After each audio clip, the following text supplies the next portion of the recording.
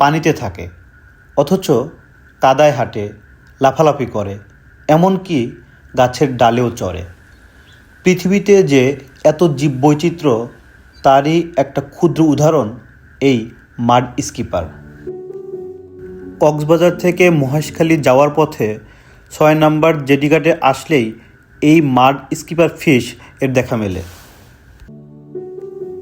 বুকের সামনে দুটি পাখনা রয়েছে, যেটাকে পা হিসেবে ব্যবহার করে এই মাড স্কিপার চলাফেরা করে।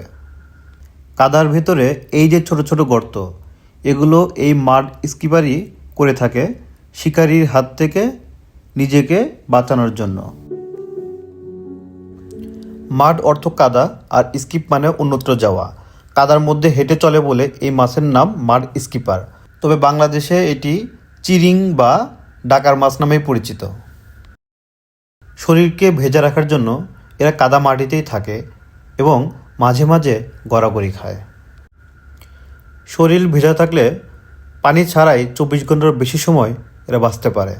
যারা কক্সবাজার ঘুরতে আসেন কিংবা কক্সবাজার থেকে মহেশখালী দ্বীপে ঘুরতে যান, তারা একটু খেয়াল করলেই এই মাড স্কিপার ফিশের দেখা পেতে পারেন, নিতে পারেন এক নতুন অভিজ্ঞতা।